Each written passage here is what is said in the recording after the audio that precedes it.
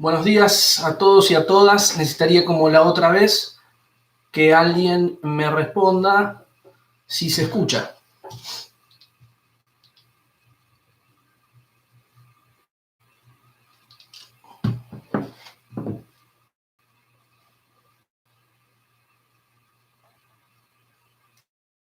¿Se escucha? Sí, perfecto. Bueno, vamos entonces a buenas tardes de vuelta para todos y para todas. Vamos a continuar entonces con lo que habíamos dejado el jueves pasado, en este mismo horario. Es decir, vamos a continuar con Poder Judicial. Bolillas 15 y 16. Posiblemente nos extendamos un poquito de los 40 minutos hoy. Vamos a ir viendo si están con pilas y si tienen ganas para intentar ver lo máximo posible de estas dos unidades que nos quedan, ¿no? La primera, la 15, ya hemos visto bastante el jueves pasado. Habíamos visto un pequeño repaso de 2 minutos. El jueves pasado habíamos empezado a hablar de Poder Judicial, habíamos visto el doble orden que tiene el Poder Judicial, uno federal para todo el país, el otro provincial o local para cada provincia, ¿no? Habiendo tantos como cada provincia existen en nuestro país, es decir, 23 provincias y Ciudad Autónoma de Buenos Aires. Habíamos visto que el Poder Judicial provincial es llamado común, que tiene la mayoría de los casos, y que el Poder Judicial Federal es lo excepcional, es lo que interviene en la minoría de las veces. Interviene de acuerdo a 3 factores: en razón de las personas, en razón de la materia y en razón del territorio. Eso lo vimos también el jueves pasado. Nos enfocamos en este Poder Judicial Federal y hablamos que la Constitución decía que estaba integrado por una Corte Suprema de Justicia de la Nación y por tribunales inferiores.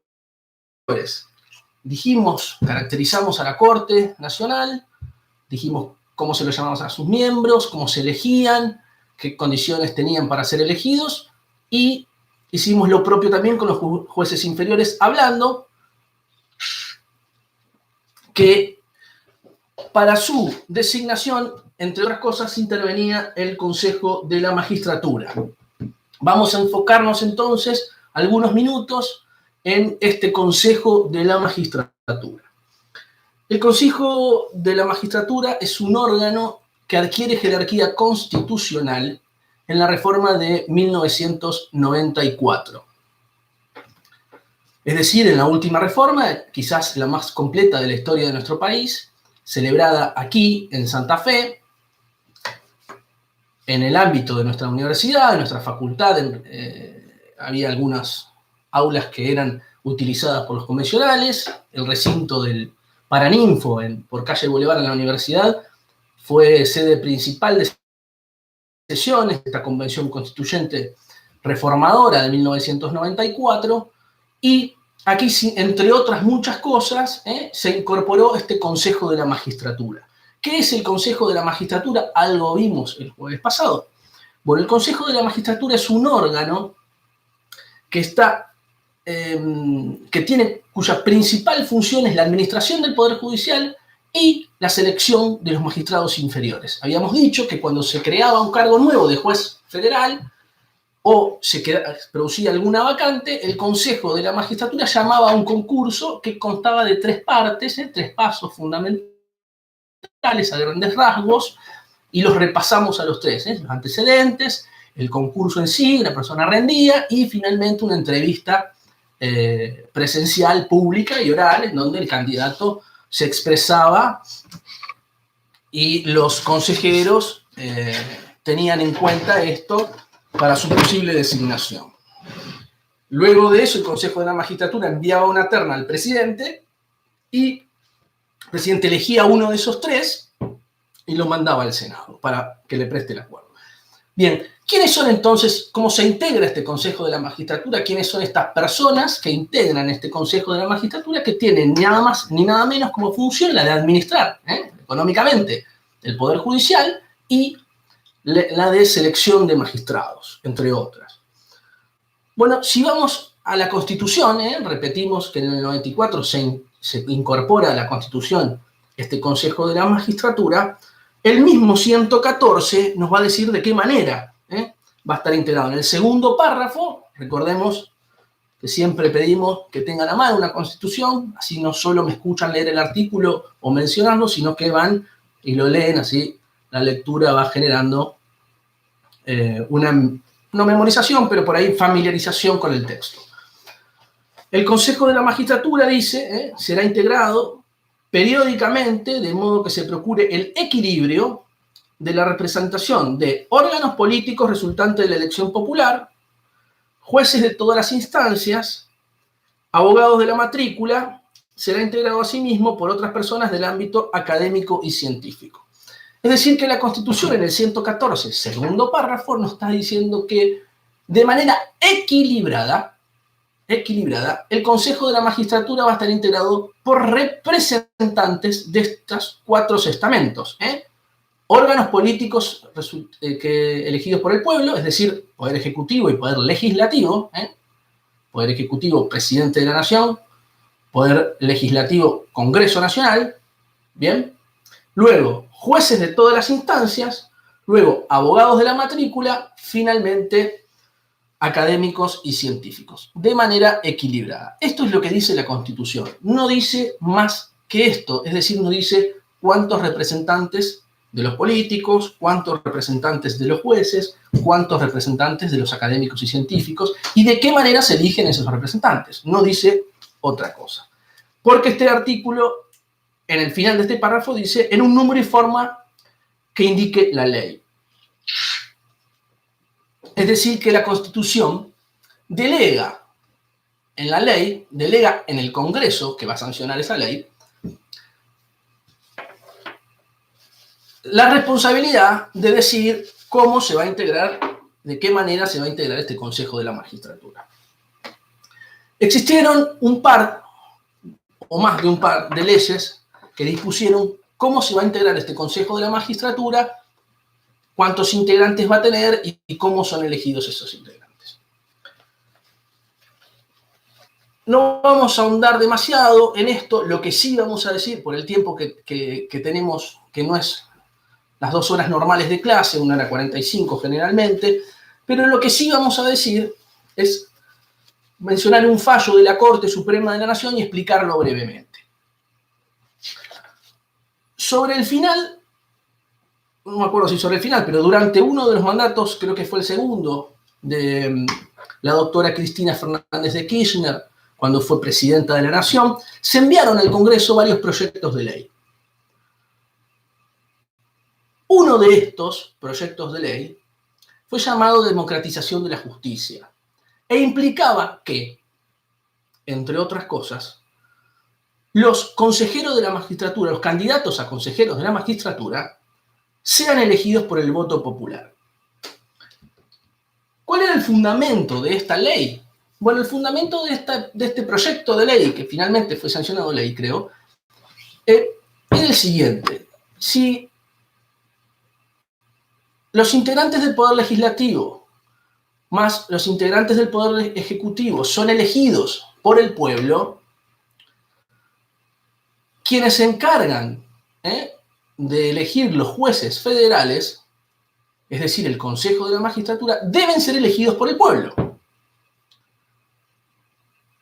Por un principio republicano de gobierno y por un principio que deriva de la democracia popular, ¿no es así? Esto es así en razones lógicas. Esos fundamentos tenían su lógica, ¿no? Así como lo estoy explicando, nadie podría decir que esto está mal, ¿no? Quienes van a elegir los jueces, que sean elegidos por nosotros, por el voto popular. El presidente del Colegio Público de Abogados de la capital federal, Rizzo de apellido, presenta una acción a los fines que se declare inconstitucional esto de que se elija por el voto popular a los integrantes del Consejo de la Magistratura. La causa llega a la Corte Suprema de Justicia de la Nación y efectivamente declara inconstitucional algunos puntos de esta ley, entre los que se encontraba este de elegir popularmente a quienes van a ser los encargados de llevar adelante y finalmente armar la terna y elegir los jueces federales, los jueces inferiores, dice la Constitución. ¿Por qué?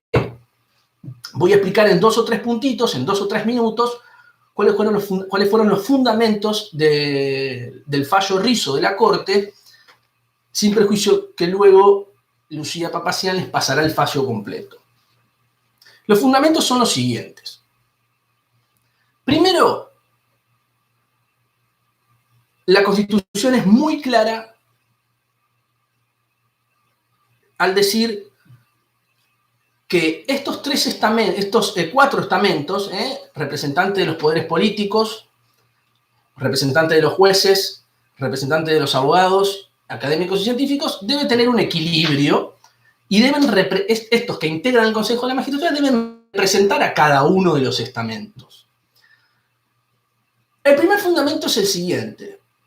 Ustedes saben que para ser juez, cuando uno es juez, en realidad, no debe estar afiliado a ningún partido político. Esto está prohibido para la magistratura. Para los funcionarios judiciales lo mismo. ¿Por qué es esto? ¿Por qué es este fundamento? El fundamento de que ningún juez puede estar afiliado a algún partido político es para evitar alguna suspicacia respecto del contenido de sus fallos. Es decir, si es un juez peronista, un juez radical, un juez afiliado al PRO, supongamos, por nombrar algunos de los partidos, podría sospecharse que con su fallo podría beneficiar o perjudicar a alguno de esos partidos, siendo que está afiliado a ese o a otro partido, ¿no? Esto es una cuestión bastante lógica.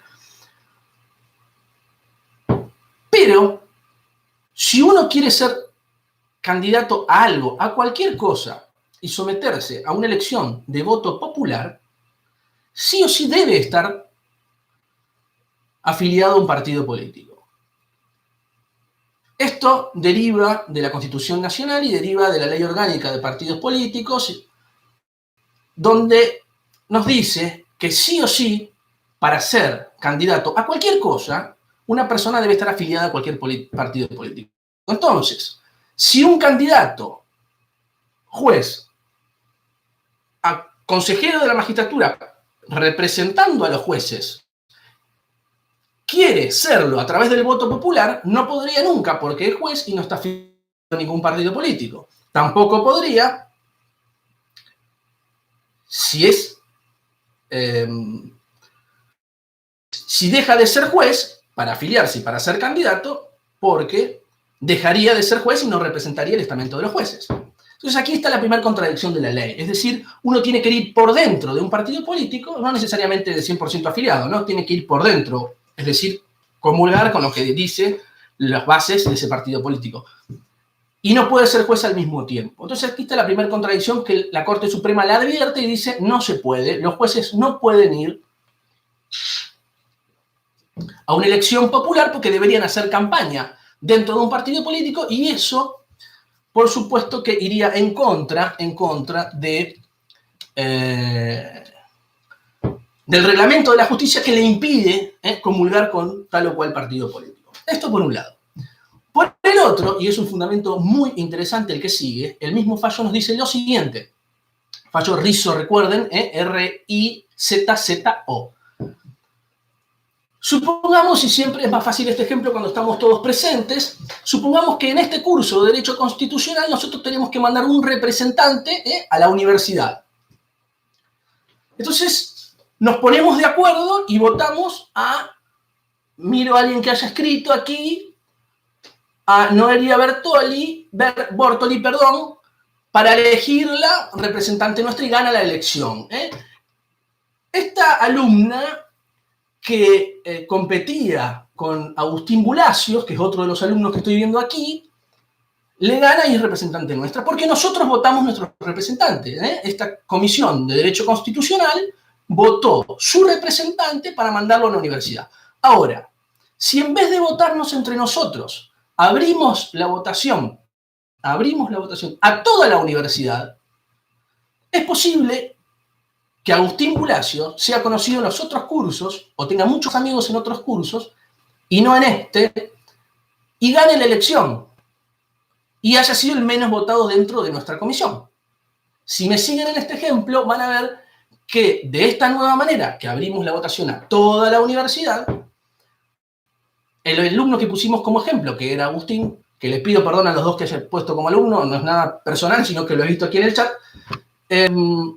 serían nuestros representantes, aunque nosotros no lo hubiésemos elegido. Esto significa o supone mínimo una injusticia, que es que nos represente a nosotros alguien que nosotros no elegimos. El mismo ejemplo, trasladémoslo a los jueces, a los abogados, a los científicos.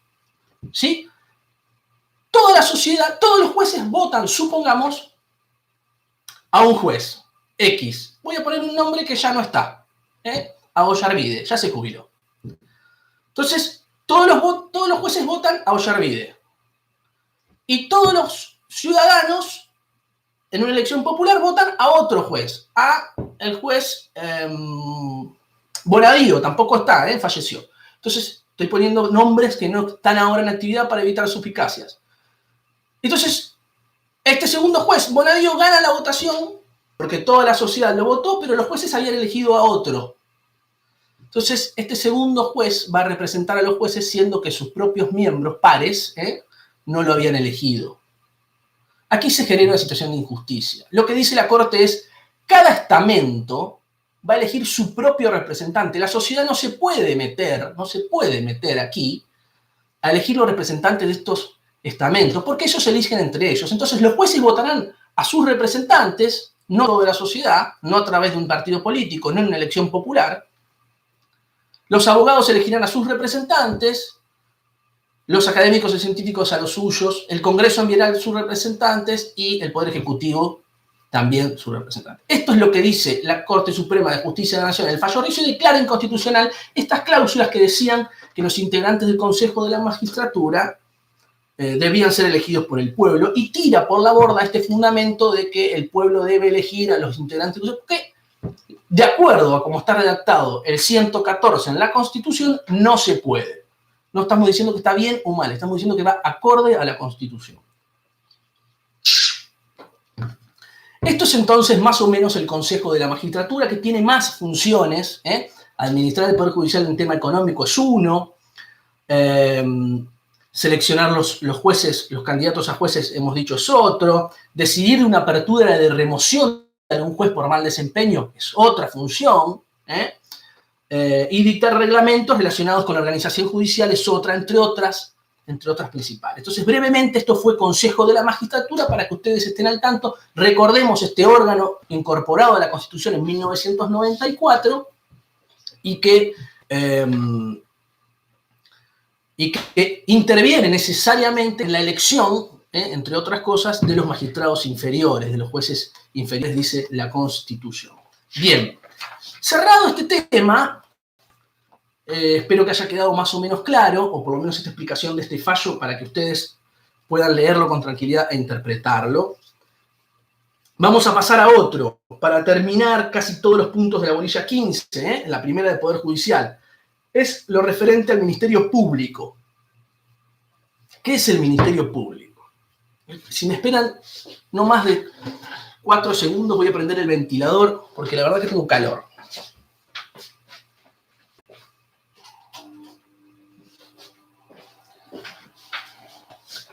Bien. Ministerio Público. El Ministerio Público también es un organismo que fue inserto en la Constitución Nacional, incorporado en 1994. Se debate, algunos debaten en realidad, si es un órgano que está dentro del Poder Judicial o es un órgano extrapoder.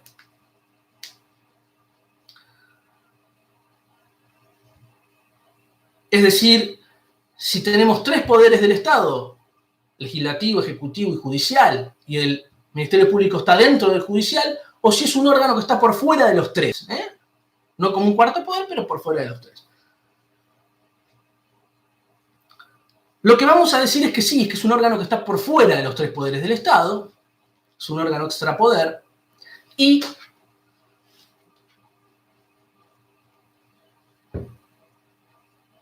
que es un órgano llamado bifronte, es decir, bicéfalo, que tiene dos cabezas. No es como el Poder Ejecutivo, que tiene una cabeza, el presidente de la nación. Este tiene dos. Está dividido en dos grandes ramas. El Ministerio Público Fiscal y el Ministerio Público de la Defensa. Estos son temas que por ahí aburren un poco, son clases que por ahí son un poco más técnicas, les pido perdón, pero bueno, son los que nos pide el programa. Espero en próximas bolillas ser un poco más entretenido, ¿no? Pero bueno, en definitiva, el Ministerio Público Fiscal es un órgano extrapoder incorporado en la Constitución en 1994 y que es un órgano bifronte, bicéfalo, es decir, que tiene dos cabezas, el Ministerio Público Fiscal y el Ministerio Público de la Defensa. Vamos a graficarlo de esta manera. Ustedes se acuerdan, el jueves pasado, cuando dijimos que cuando interviene la justicia en un caso, cuando hay un caso, tienen que imaginarse un triángulo en donde una parte disputa contra otra parte sobre un derecho y un juez está equidistante de las dos partes y decide si tiene razón Juan o Pedro, María o Josefina. Bien. Vamos a cambiar los nombres de Juan, de Pedro, de María o de Josefina. Vamos a decir que si hay un delito, si se pone en marcha el sistema penal, no civil, el Estado aplica lo que van a ver en derecho penal, que es el ius puniendi, es el derecho de punir. Es decir, que ustedes hacen la denuncia, o ni siquiera hacen la denuncia, hay un homicidio, hay una infracción a la ley de drogas, y quien acusa no es el muerto, pues no puede, no es el perjudicado de la ley de drogas, que no sabemos quién sería el perjudicado, si Juan, Pedro, Sofía compran droga a un narcotraficante, ¿quién sería el perjudicado? Juan, Pedro, Sofía, que están comprando drogas, el vecino que va al vendedor de drogas, ¿quién es el perjudicado ahí que podría acusar al narcotraficante? Bueno, el Estado es el que acusa, el Estado es el que investiga, en un homicidio, en un robo, en la violación a la ley de drogas, en la violación a la ley de trata de personas, etc. Independientemente de que las víctimas particulares de esos delitos pueden, como querellantes, acompañar el Estado a través de la Fiscalía. Cuando ustedes ven películas, escuchan, leen libros, leen, y dice el fiscal acusa, el fiscal investiga. Bueno, el fiscal es un integrante del Ministerio Público, que estamos estudiando ahora, que dijimos tiene dos cabezas, tiene dos ramas. El Ministerio Público Fiscal, ahí están los fiscales. Son los que acusan en estos delitos. Entonces acusan ante quién, ante el juez, ante un juzgado, a una persona, presunto violador, presunto homicida, presunto narcotraficante. Esa persona no puede defenderse sola, debe contratar un abogado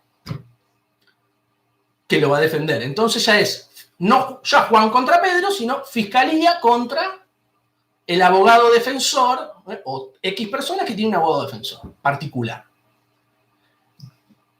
Ustedes habrán visto en películas, en series, en un montón de cuestiones y habrán escuchado esta famosa frase, si usted no tiene un abogado, el Estado le proporcionará uno. Bien, este abogado que le proporciona el Estado a esta persona acusada es un integrante del Estado. Es un miembro del Ministerio Público. Este Ministerio Público, que recordemos, dos cabezas, bifronte, dos ramas, Fiscalía, Defensoría, Ministerio Público de la Defensa. El abogado que le proporciona el Estado integra el Ministerio Público de la Defensa aquí.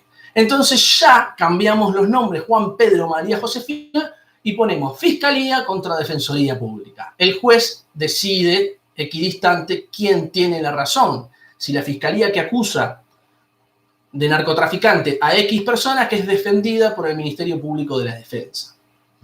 Así se activa un caso y así interviene el Ministerio Público Fiscal. Lo que ustedes deben saber, aparte de qué es el Ministerio Público Fiscal, que se los acabo de explicar más o menos, espero que bien, es que la estructura, tanto del Ministerio Público Fiscal como del Ministerio Público de la Defensa, es muy similar al de la justicia. Dijimos que había una Corte Suprema de Justicia y por debajo había jueces inferiores que eran jueces de primera instancia, cámaras de apelaciones, etc. En el Ministerio Público, tanto fiscal como defensa, la estructura es la misma. Hay un procurador general de la Nación, procurador fiscal, que acusa, que tiene rango de ministro de corte, hay un defensor general de la Nación, en realidad una defensora porque es una mujer, general de la Nación, luego hay defensores ante las cámaras de apelaciones, luego hay defensores y fiscales de primera instancia, que actúan ante los jueces de primera instancia. Es decir que en cada instancia judicial hay fiscales y defensores y jueces que deciden, el triángulo, se apela, va a una cámara, hay camaristas que son integrantes del Poder Judicial, hay defensores y fiscales, también aquí el triángulo, y luego en la Suprema Corte, si el caso llega, tendremos lo mismo, los ministros de la Corte que van a decidir, el fiscal que va a dictaminar y la defensora que también va a intervenir. Esto es el Ministerio Público. Tienen exactamente las mismas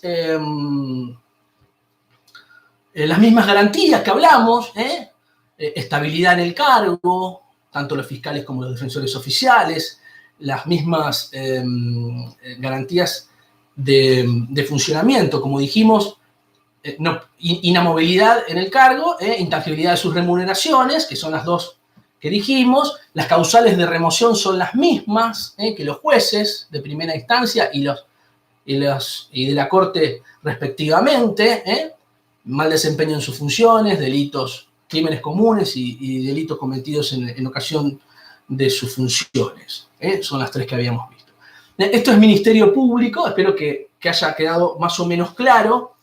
Solo nos resta para terminar esta bolilla, y no quiero seguir aburriéndolos, el juicio por jurados, que dijimos que nos vamos a remitir a un libro que estaría saliendo hace una semana, les dije un mes, o sea que hoy sería dentro de 3 semanas. Yo supongo que nos adelantaremos un poquito y en 10, 15 días está en calle, y les voy a facilitar material para quienes, por supuesto, no lo vayan a adquirir, que no es necesario, no es obligatorio, solo es una recomendación.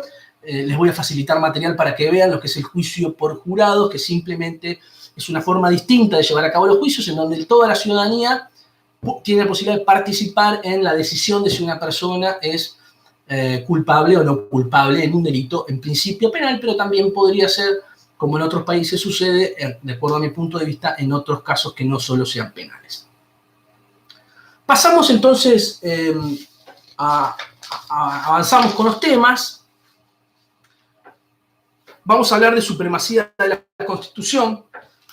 Cuando aplicamos algunos temas dimos por entendido algunas cosas. Eso está mal, pero el programa lo va siguiendo así, entonces uno tiene que ir adecuándose. Entonces vamos a hablar de supremacía de la Constitución Nacional. Aquí esperemos ser lo más breve posible. Cuando hablamos de supremacía de la Constitución implica reconocer un orden jerárquico en las normas, en la normativa argentina, en donde por encima está nuestra Constitución y por debajo el resto de las leyes, ¿no? Aquí hay 2 artículos que se conjugan y que hay que saberlos leer y que hay que saberlos interpretar para abordar este tema. El primero, vamos a saltear los antecedentes, los voy a aburrir, no los voy a entretener y se van a perder y se van a empezar a ir y no es el objetivo. Vamos directamente aquí al presente. Vamos al artículo 31 de nuestra Constitución.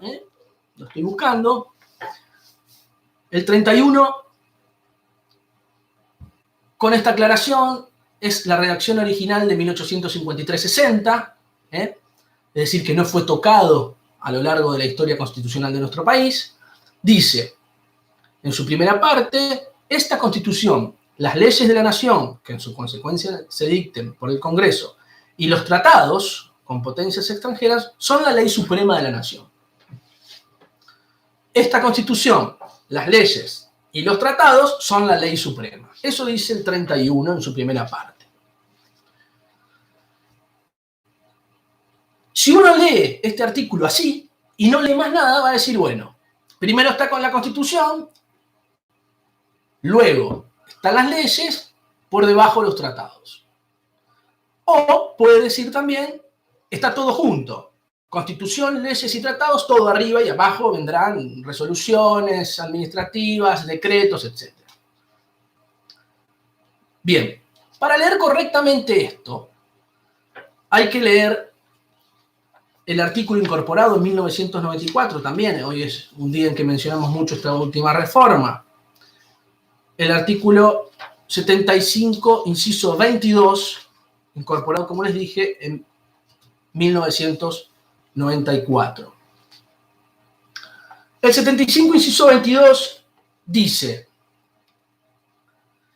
todo lo que diga el 75 va bajo el título que corresponde al Congreso. Entonces corresponde al Congreso y es un inciso bastante largo, si ustedes lo están viendo, porque nombra algunos tratados internacionales. Este inciso de este artículo, el 22 del 75, nos dice, nos nombra, nos dice que corresponde al Congreso, perdón, en su primer párrafo, aprobar y desechar o desechar tratados concluidos con las demás naciones, los concordatos con la Santa Sede, y dice, los tratados y concordatos tienen jerarquía superior a las leyes. Entonces aquí, si conjugamos este primer párrafo del 75 con el 31 que leímos hace un ratito, vamos a decir que ya no la Constitución, la ley y los tratados, sino que los tratados son superiores a las leyes. Hasta aquí tenemos Constitución, tratados, leyes, ¿no? Bien. Segundo párrafo, la voy a complicar bastante. Segundo párrafo, nombra una serie de tratados y dice que esos tratados en las condiciones de su vigencia tienen jerarquía constitucional y no derogan artículo alguno, sino que se complementan. Es decir que Constitución, tratados, ley, ahora agregamos esto, Constitución más los tratados que están nombrados aquí tienen la misma jerarquía, luego demás tratados, luego ley. Así vamos hasta el momento. Tercer párrafo del 22. Del inciso 22 del artículo 75. Los demás tratados, no los que acaban de nombrar, los demás tratados y convenciones sobre derechos humanos, luego de ser aprobados por el Congreso, requerirán el voto de 2/3 partes de la totalidad de los miembros de cada Cámara para gozar de jerarquía constitucional. Es decir, que dice, los tratados, otros tratados de derechos humanos, no los que acabo de nombrar, pueden adquirir jerarquía constitucional, ¿sí?, sobre derechos humanos. Entonces ahora complicamos un poco más esta supremacía de la Constitución, esta jerarquía. Constitución más tratados sobre derechos humanos allí mencionados. Luego, tratados internacionales sobre derechos humanos que con un procedimiento especial pueden llegar a tener jerarquía constitucional, pero que no la tienen aún. Luego, demás tratados internacionales que no son de derechos humanos, entonces no pueden adquirir jerarquía constitucional. Luego, la ley. Esto, finalmente, explicado muy rápidamente y posiblemente bastante impreciso, es la supremacía de la Constitución. Esta es la jerarquía de cómo debe leerse hoy, después de la reforma del 94, aquel artículo 31 tan simple que leímos. Repasamos, entonces, aquel artículo 31 que dice la Constitución, la ley y los tratados son las normas superiores de la nación. Vamos a tener que leerlo de esta manera. La Constitución, con el 75, inciso 22, la Constitución más los tratados internacionales de derechos humanos que así se nombran, son la ley suprema, ¿no? Tienen la máxima jerarquía. Luego, un escalón más abajo, los tratados sobre derechos humanos que con un procedimiento especial pueden llegar a tener jerarquía constitucional, pero que no la tienen. Luego, tratados internacionales que no son de derechos humanos, entonces no pueden tener jerarquía constitucional nunca. Luego, la ley. Estos son los cuatro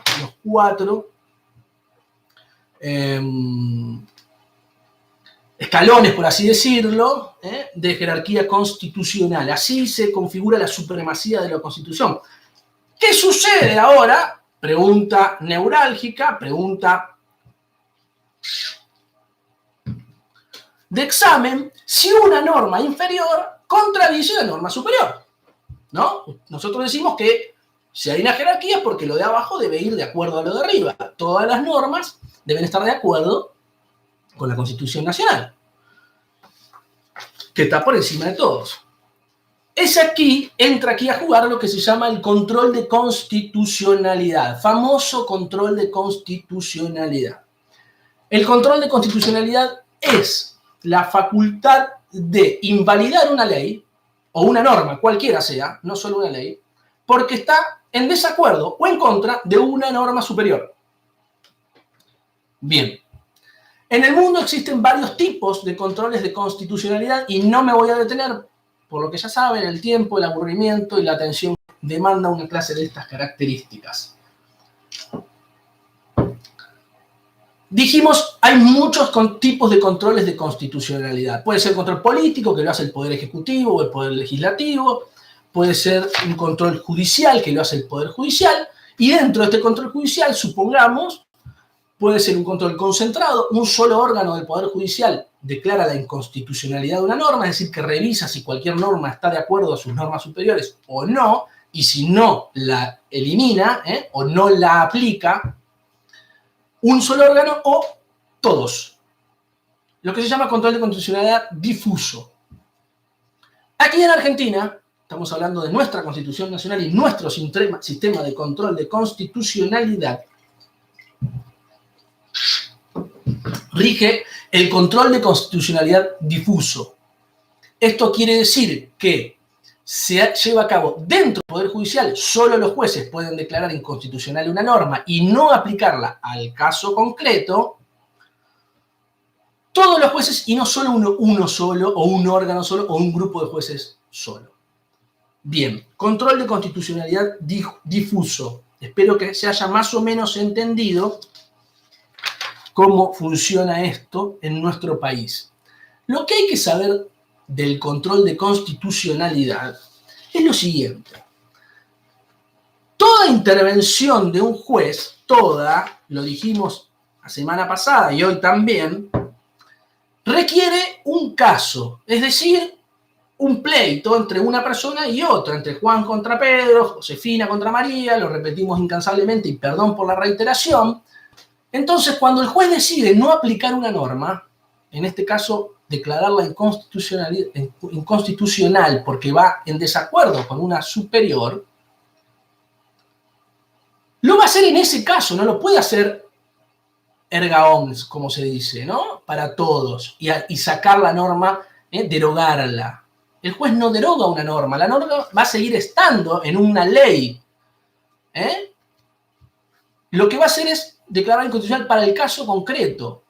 Entonces, supongamos, todos ustedes se acordarán de aquel famoso fallo Arriola, en donde se declaró inconstitucional el consumo, la tenencia de estupefacientes para consumo personal. Este artículo, porque no es un artículo, sino es un párrafo dentro de un artículo, es el artículo 14, segundo párrafo de la Ley de Drogas, se declara inconstitucional por la justicia. Es decir, que dice que este artículo va en contra de la Constitución, fundamentalmente en contra del artículo 19 de la Constitución que habla del principio de privacidad. Entonces dice que quien tiene estupefacientes en poca cantidad y solo para su consumo y no está haciendo ostentación, eso no está penado. La norma que pena esa tenencia es inconstitucional porque está dentro del ámbito de privacidad de esta persona, amparado por el 19 de nuestra Constitución. Pero lo declaró en ese caso. La norma que dice que la tenencia de estupefacientes para consumo personal está penada por X cantidad de años de prisión, meses en realidad, sigue estando y sigue vigente, porque no la derogó el Congreso. El Congreso debería, luego de que tantas veces se declara constitucional en tantos casos distintos, por distintos jueces, debería el Poder Legislativo modificar esa ley y excluir ese artículo de la ley de drogas. Espero que esto se entienda. Gracias por los comentarios de Claro. Espero que esto se entienda respecto de la declaración de inconstitucionalidad de una norma. Es para el caso concreto, nunca para todos. El Poder Judicial no deroga una norma nunca, jamás. Solo declara inconstitucional. Lo que últimamente está haciendo algunos tribunales, sobre todo la Corte Suprema, es recomendarle al al Poder Legislativo, Congreso de la Nación, reforme esta ley, le recomendamos esto, usted haga lo que usted quiera, ¿no? El Poder Legislativo es otro poder independiente y puede hacer lo que quiera. Bien, supremacía de la Constitución muy rápidamente explicado. Seguimos. 40 minutos vamos y les dije que nos íbamos a extender. Si están cansados, me van diciendo y vamos terminando con algunas pequeñas conclusiones. Les voy a pedir que no me hagan muchas preguntas porque me voy distrayendo, pierdo el hilo y no las puedo responder a todos si son 15 preguntas al mismo tiempo, porque estoy viendo una, después las voy a aclarar, después la voy a responder. Perdón, no es nada personal, ¿no? Pero para ir llevando un orden. Bien. Habíamos hablado la clase pasada, que la justicia federal entiende en algunos casos, en razón de las personas, en razón de la materia y en razón del territorio. Bien. Eso ya quedó bastante aclarado. Ahora, hay algunos casos en donde interviene directamente nuestra Corte Suprema de Justicia de la Nación.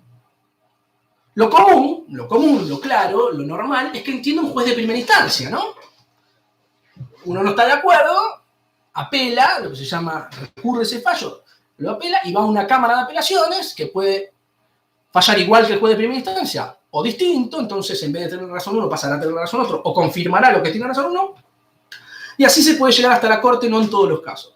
Bueno, hay algunos en donde la Corte interviene directamente va a ir la causa a la Corte, que es la competencia originaria y exclusiva de la Corte Suprema de Justicia de la Nación, punto que está en el programa y que lo prevé la propia Constitución Nacional. No hay ninguna ley que diga esto, sí hay después leyes complementarias, pero esto está previsto en nuestra Constitución, artículo 117. Perdón, hago un paréntesis y vuelvo un segundo a los puntos anteriores. Ustedes se acuerdan que siempre les digo, siempre no, el jueves pasado y hoy no hubo más clases, por lo menos conmigo, que se anotan con un lapicito al lado de tal o cual artículo, tal o cual otro, para que ustedes cuando lean, 75 inciso 22, ponen 31 y en el 31 ponen 75 inciso 22, para que cuando los lean se acuerdan de esto de supremacía de la Constitución. Cerrado el paréntesis, perdón por la distracción y la omisión, seguimos ahora. Hay algunas causas, entonces, seguimos, en que la Corte Suprema de Justicia de la Nación interviene de forma originaria y exclusiva. Estas causas, dijimos, están previstas en nuestra propia Constitución, artículo 116 y 117. Se los voy a ir resumiendo, como para no alargar demasiado. Las causas en donde siempre,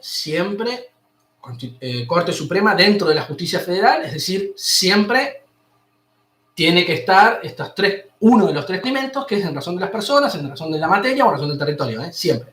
Pero algunas de estas van directo a la Corte, no pasan por instancias inferiores, directo. Cuando las causas versen sobre embajadores, ministros y cónsules extranjeros, o en los que alguna provincia fuese parte. Si existe alguna de estas causales, la competencia va a ir directamente a la Corte Suprema de Justicia de la Nación, es decir, competencia originaria y exclusiva.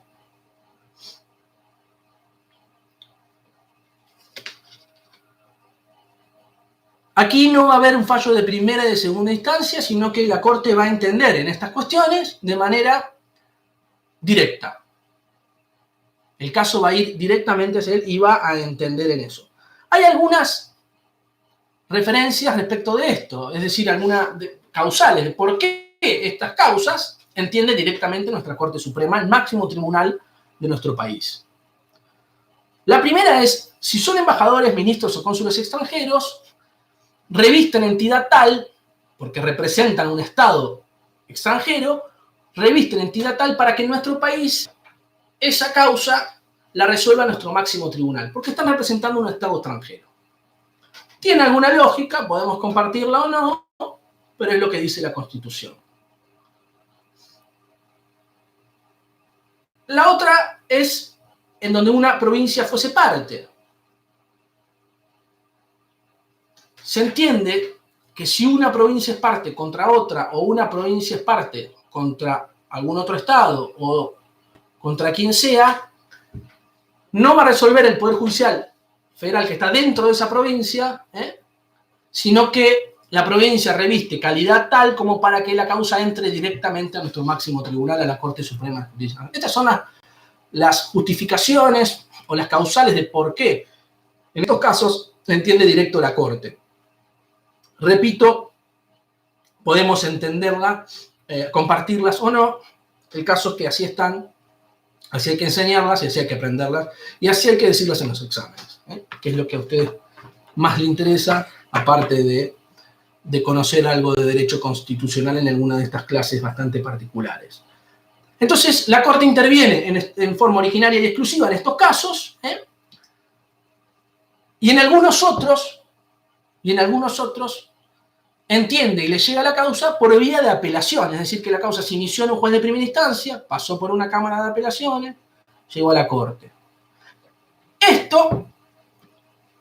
Esto significa que la Corte entiende no solo en forma directa, sino que cuando la causa en la justicia federal, repetimos, pasó por las distintas instancias. No todas las causas que entran en la justicia federal llegan hasta la Corte. Hay un filtro ahí que no vamos a meternos porque sería una locura y sería complicarlos, pero lo que tienen que saber es que no siempre las causas llegan a la Corte, sino sería imposible que la Corte resuelva. Aún hoy está resolviendo una cantidad de causas impresionantes. Luego, se los voy a decir ahora en 2 minutos. Nuestro sistema judicial, ¿no?, viene del modelo norteamericano. Tomamos casi todo del modelo norteamericano. La Corte Suprema de Justicia norteamericana falla algo así como entre 50 y 60 fallos al año. 50, 60, entre 50 y 60 y pico, diríamos, causas en el año. Nuestra Corte Suprema de Justicia de la Nación está llegando a las 20.000 causas por año. Y aún así no todas llegan. Es una locura que 5 personas, 5 ministros, y 4 ministros y una ministra, resuelvan 400 causas en el año. 20.000 causas en el año. Si ellos se juntan una vez por semana en acuerdo y ahí se firma todo, si ustedes dividen la cantidad de... se juntan los martes, la cantidad de martes hábiles que tiene el año, el 20.000 ese que son las causas, dividido la cantidad de martes que tiene el año, hacen así como, no sé, 200, 300 o 400 causas por día, por acuerdo. Algo ilógico, y así está colapsado el sistema argentino. Entonces, este filtro que se hace para que no todas las causas lleguen a la Corte es para que en vez de 20.000 no fallen 100.000 al año, ¿no? Aún así, este número es muy alto. Entonces, hay quienes propician que ese filtro se endurezca un poco más, y que menos causas lleguen a la Corte para que la Corte pueda tratar causas más relevantes y saque las causas más rápido.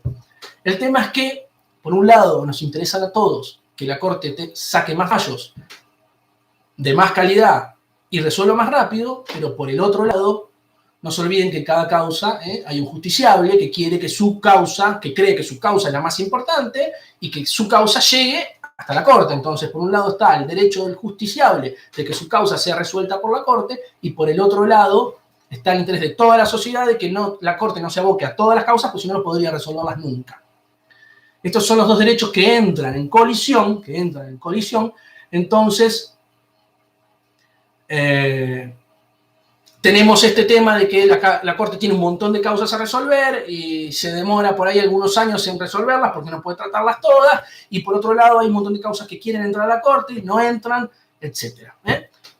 Hay un trabajo bastante interesante, es un texto no muy largo, que escribió mi padre y está en su página, después se lo voy a pasar a Lucía para que se los pase respecto al tema. Si quieren profundizarlo, no es necesario, en lo más mínimo. Volvemos al tema de cuando interviene la Corte. Dijimos originaria y exclusivamente, y luego decíamos por vía de apelación, y no todas las causas porque había este filtro. Esa es apelación cuando pasa por primera y segunda instancia de la justicia federal. Eso es lo que se llama apelación ordinaria. ¿Qué sucede si en una justicia local, provincial, se inicia una causa y esa causa merecería ser tratada por la Corte Suprema de Justicia de la Nación, federal?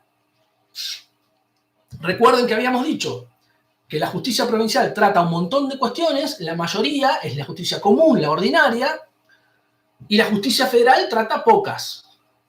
Entonces estas llegan a la Corte por vía de apelación ordinaria, y estas de la justicia provincial, que son la mayoría, no, en principio.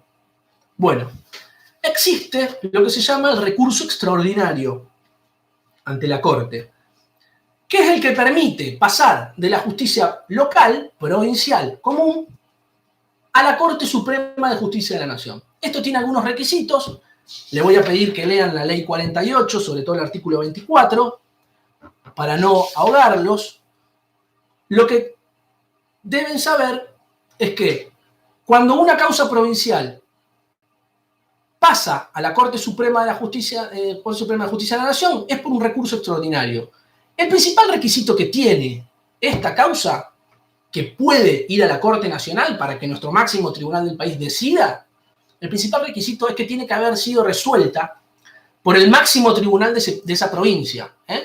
Corte Suprema de Justicia Provincial, Superior Tribunal de Justicia Provincial, depende de la provincia que sea, se le dice distinto, se llama distinto. Entonces, recorre todas las instancias de la provincia, primera instancia, Cámara, Corte de la provincia, y una vez que esta sentencia está firme en la Corte de la provincia, no firme, sino que haya resuelto el fondo de la causa, esta, en alguna, si tiene conexión con algún punto de la Constitución directo, puede ir mediante recurso extraordinario a la Corte Suprema de Justicia de la Nación y va a resolver esta causa. Así que no todas las causas provinciales pueden llegar a la Nación, pero algunas pueden mediante el recurso extraordinario. Lo menciono porque el recurso extraordinario está en el programa y por ahí se preguntan en los exámenes. Esta es la característica.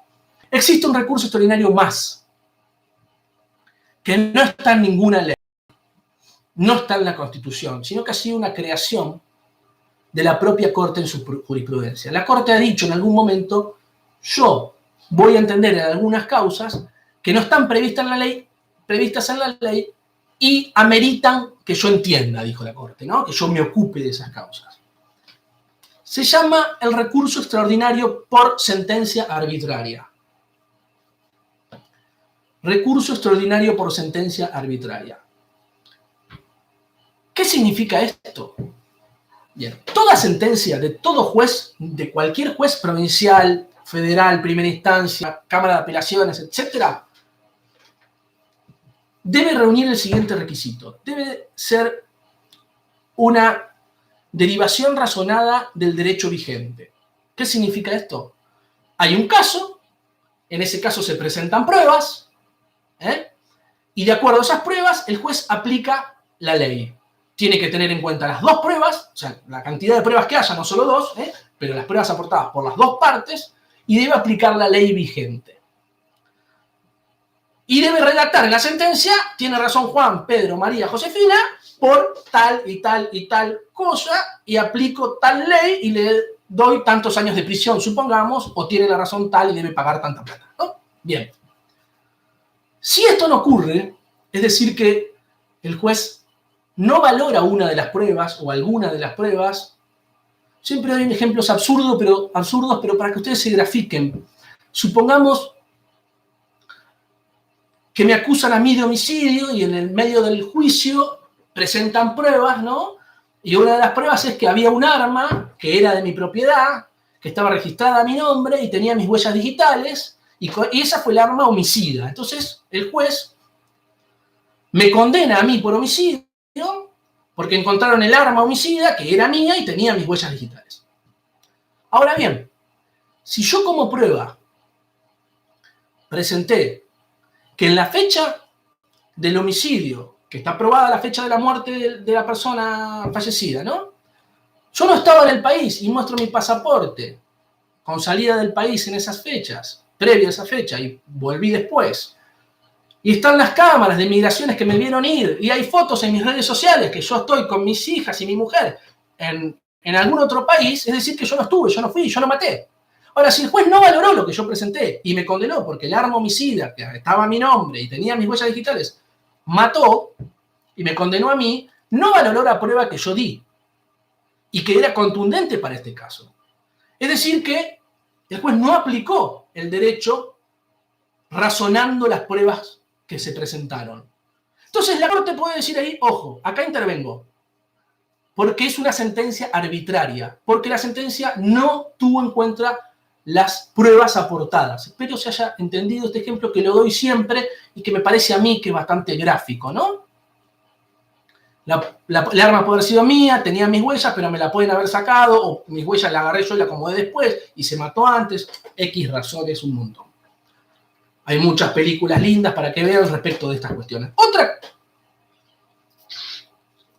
cuestión de por qué un juez no puede dictar una sentencia razonada, es decir, que dicta una sentencia arbitraria, es porque no aplica el derecho vigente. Ustedes me van a decir, ¿cómo no aplica el derecho vigente, profesor? No aplica la ley el juez no está... Sí. Ahora, si aplica una ley que ya se derogó o ya se modificó, o aplica una ley que todavía no entró en vigencia, supongamos, hoy en nuestro país existen 2 códigos procesales nacionales, uno que está vigente y el otro que va a entrar en vigencia en algunas provincias de a poco. Si aplica este nuevo en una provincia donde todavía no rige, no estaría aplicando el derecho vigente. Entonces esa sentencia es arbitraria. Valoró bien las pruebas, pero me condenó a mí por un delito que no está más, que la ley se modificó, o me condenó a más años de lo que la ley dice. La ley dice de 8 a 25 y el juez me condena a perpetua. Entonces está mal. En esos casos, la sentencia es arbitraria y tanto sean jueces provinciales o jueces federales, esa causa puede llegar a la Corte porque la misma Corte ha dicho en sus fallos, cuando hay una sentencia arbitraria, recordemos, esto es no valorar las pruebas o aplicar una ley que no está vigente, esa causa es factible de que llegue a la Corte para que la Corte la tome y ponga orden en esa causa. Recordemos, todo esto es para el caso en concreto. Todo juez, todo tribunal falla para el caso en concreto, ninguno para todos. Bien, esto es la intervención de la Corte. Repasamos en 30 segundos. La Corte interviene de manera originaria y exclusiva en algunos casos mencionados. Luego, por apelación ordinaria, recorre todas las instancias de la justicia federal. Y luego, de manera extraordinaria, que es por vía provincial, llega al máximo tribunal, de ahí puede saltar a la Corte, siempre que se encuentren disputados algunos de los puntos de nuestra Constitución Nacional o tratados internacionales, y es ese recurso extraordinario, y luego una tercera manera que es el recurso extraordinario por sentencia arbitraria, que no está en ninguna ley, no está previsto, sino que lo ha creado la propia Corte para habilitar estos casos que, sin lugar a dudas, todos vamos a coincidir, ameritan ser habilitados. Bien. ¿Estamos bien hasta acá? No sé si quieren, si hay alguna duda, habilitamos algunas preguntas como para zanjar algunas dudas que hayan quedado. Quería hacer referencia a algo en 2 minutitos, si les parece. Hace poco, y es un tema muy actual, es un tema de pandemia, coronavirus, justicia, competencia, etc. Hemos referido en estas 2 clases respecto a la justicia provincial y la justicia local y provincial, o la justicia federal, que la justicia provincial o local entienden casi todas las causas, en lo común, y la justicia federal no, sino razón de las personas, de la materia o del territorio. Se han suscitado algunas cuestiones dudosas, lógicamente, respecto de si la violación al aislamiento, a ver si lo digo bien, siempre me cuesta decirlo, aislamiento preventivo y obligatorio, me está faltando una palabra, esta violación a la cuarentena, por así decirlo, va a entender la justicia federal, porque es una norma que dictó el presidente de la Nación, un DNU, o va a entender la justicia local, común. Bien. Aislamiento social, bien, Lourdes, muchas gracias. Aislamiento social preventivo y obligatorio, ahí está.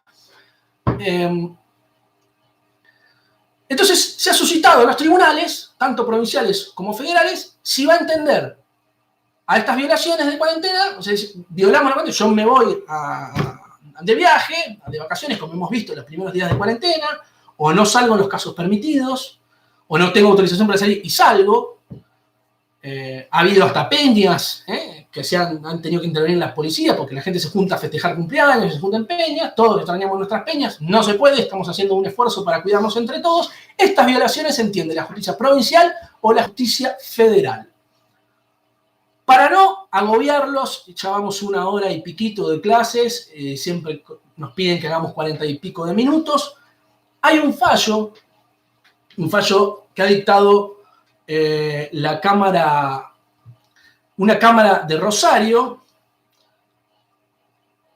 provincial, en donde asume la competencia. Es decir, que un juez provincial de Rosario dijo, nosotros, justicia provincial, somos competentes, se apeló ese fallo, porque una de las dos partes decía, es competente justicia federal, llegó a la Cámara y la Cámara, en un razonamiento, creo yo, correcto, dice, somos competentes justicia local. Este fallo lo tenemos, Lucía se los va a pasar ahora mismo, creo, o en un ratito, para que ustedes profundicen y vean, es un tema actual, me parece que los va a incentivar a la lectura, que entiendan en este contexto que estamos viviendo todos, y van a ver patentemente por qué interviene o no interviene la justicia local. Así que me parece que les voy a incentivar con un poco de lectura de un fallo. Siempre es lindo leer fallos, a mí me gusta mucho.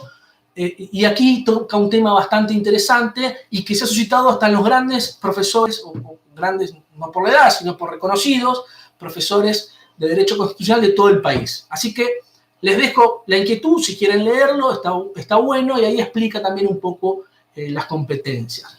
Entonces, con esto, si les parece, vamos cerrando el tema Poder Judicial. Hemos dedicado 2 clases, una más corta que la otra. Creo que hemos avanzado bastante. Ya está el fallo en el grupo de WhatsApp que están ustedes, así que lo pueden ver y dedicar el jueves a la tarde con unos mates a la lectura del fallo, si no tienen nada más interesante que hacer en esta cuarentena. Les mando un saludo a todos, esperemos vernos, no sé si jueves que viene o el otro, cuando me toque darlos, los vamos a ir avisando, cuando me toque dar los temas. Les mando un saludo y sigamos haciendo un esfuerzo, cuidémonos entre todos y quedémonos en casa. Saludos a todos y a todas, chicos.